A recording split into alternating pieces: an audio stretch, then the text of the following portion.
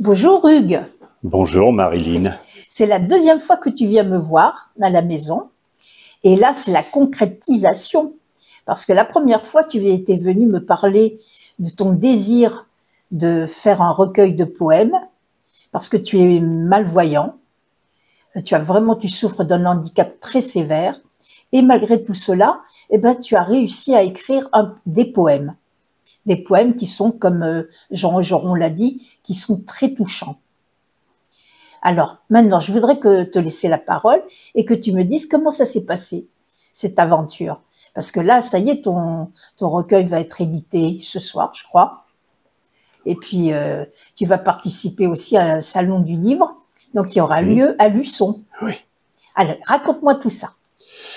Ben, c'est très difficile de parler de soi, mais bon, j'ai eu cette chance d'avoir vécu en Normandie dans un berceau verdoyant, avec des gens simples, mais qui vous apportent énormément, une petite école communale, et puis malheureusement est né un handicap visuel et je ne pouvais pas rester dans ce milieu, et peut-être tant mieux parce que ça m'a permis aussi de connaître la ville. Donc je suis monté à Caen et ça ne suffisait pas, donc je suis allé à Paris parce qu'il fallait apprendre le braille et apprendre à se conduire comme un malvoyant ou un futur non-voyant. Donc tous ces univers m'ont permis d'être ce que je suis aujourd'hui à 67 ans, de sortir ce livre, cet ouvrage d'art, hein, c'est vrai, il a raison, monsieur Augeron.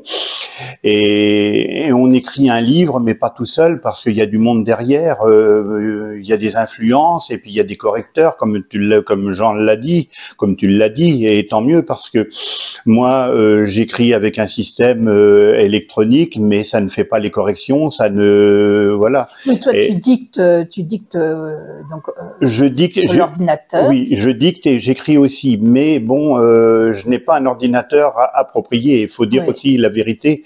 J'ai fait ça avec un téléphone portable, mais de bonne Mhm. pointure, hein, pas un petit portable. Non, non, non. Mais ça ne suffit plus parce que mon handicap, malheureusement, il s'agrandit. Malheureusement, ouais. Mais de toutes les façons, bon, toutes les personnes qui écrivent des livres ont un correcteur après pour relire, hein. Ne t'inquiète pas. Merci de me le dire.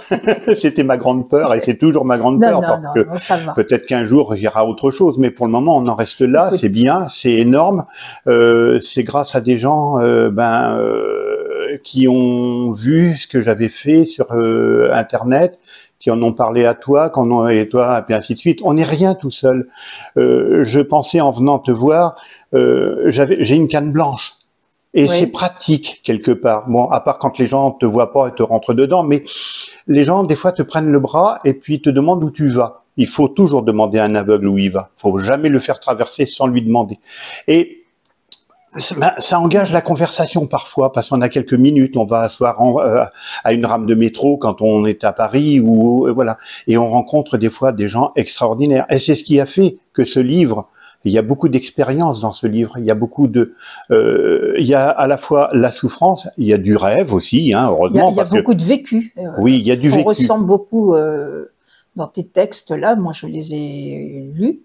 Donc, c'est beaucoup de vécu, beaucoup de joie de vivre aussi, Oui, parce que le et des monde de la moments aussi. non-voyance n'est pas un monde triste, parce que bon, même si c'est le noir pour certains, parce que c'est le noir, ce sont pas des gens tristes. Ils vivent comme toi et comme tout le monde, et bon, sauf que ben ils sont ralentis par l'handicap, mais ils apportent aussi, parce que je dis, on est aussi utile qu'un panneau indicateur sur un trottoir.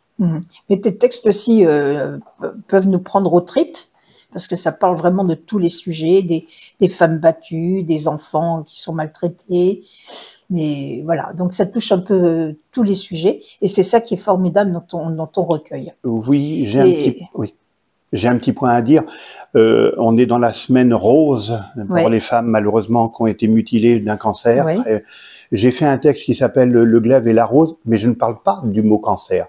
C'est aux gens d'aller chercher le la sujet. signification, ouais. Voilà. Ton recueil va être aussi illustré de très belles aquarelles d'un ami, donc de Gilles Jass. Oui.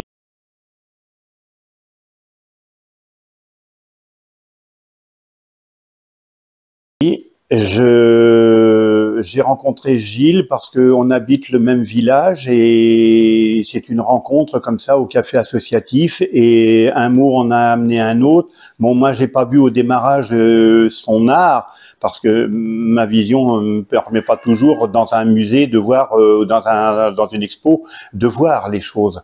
C'est chez lui que je suis allé, il m'a convié de venir et chez lui, oh, c'est superbe, ça, oui, ça, bon, parce que je mets les choses près de mes yeux, je peux pas faire autrement. Il y a des tableaux qui se regardent de loin, hein, mais pour un malvoyant ou un non-voyant, c'est de l'abstrait. Hein. Bien sûr. Bon, c'est déjà bien. Mais alors, Gilles est une personne, on sympathise depuis quelques mois, oui, beaucoup de semaines, et on a des affinités parce que quand on est dans l'art, même si c'est pas le même, il est complémentaire pour moi. Bien sûr, je comprends bien. Et alors, cette aventure, c'était vraiment une aventure. Oui. Parce oui. que au départ, tu n'étais pas sûr et tout. Donc voilà, on a trouvé un éditeur avec Jean Geron et les Mouettes voilà, Rouges. et ça, oui, éditions. c'était inespéré, hein, parce que quand une nommée Rachel a dit je connais un garçon, un homme qui écrit sur Facebook, mais bon, c'est pas Facebook, c'est Facebook, voilà, ça restera là. J'étais loin de penser qu'un jour il y aurait un homme qui viendra à la maison me dire bon bah voilà ce que vous faites. Ça peut concrétiser sur quelque chose. Moi, je dis pas que je suis un auteur bien. Non, on n'a pas le droit de dire ça. C'est aux gens de le dire. Mais je savais que je faisais des choses qui chantaient. Parce qu'en tant que musicien, je t'ai dit déjà que j'étais accordéoniste. Oui. Et pour moi, les mots ont une musique. Hein, et j'ai essayé justement, même si c'est pas toujours placé en vers, hein, je suis en vers libre, donc voilà, je suis pas tenu par que ça soit du carré, non. Je voulais faire quelque chose du cœur, de simple, qui soit abordable à n'importe qui. Voilà, qui avait envie d'ouvrir le livre. Voilà, c'est ça que je voulais. Et ben c'est ce que tu as réussi, je crois. Ouais. Donc tu vas participer, donc ça sera la première fois aussi. C'est encore aussi, c'est une aventure. Tu vas participer donc au Salon du Livre, qui aura lieu à Luçon le 4 novembre prochain. Oui. Ça sera un grand jour, ça. C'est un grand jour, oui, à marquer d'une pierre blanche, comme on dit. Mais oui, ça fait peur, hein, ça fait peur parce que je suis pas tout seul. Hein, si j'ai bien compris, il y a une vingtaine d'auteurs, sûrement pas dans le même registre, mais bon, voilà. Et on remercie cette couverture qui a été faite par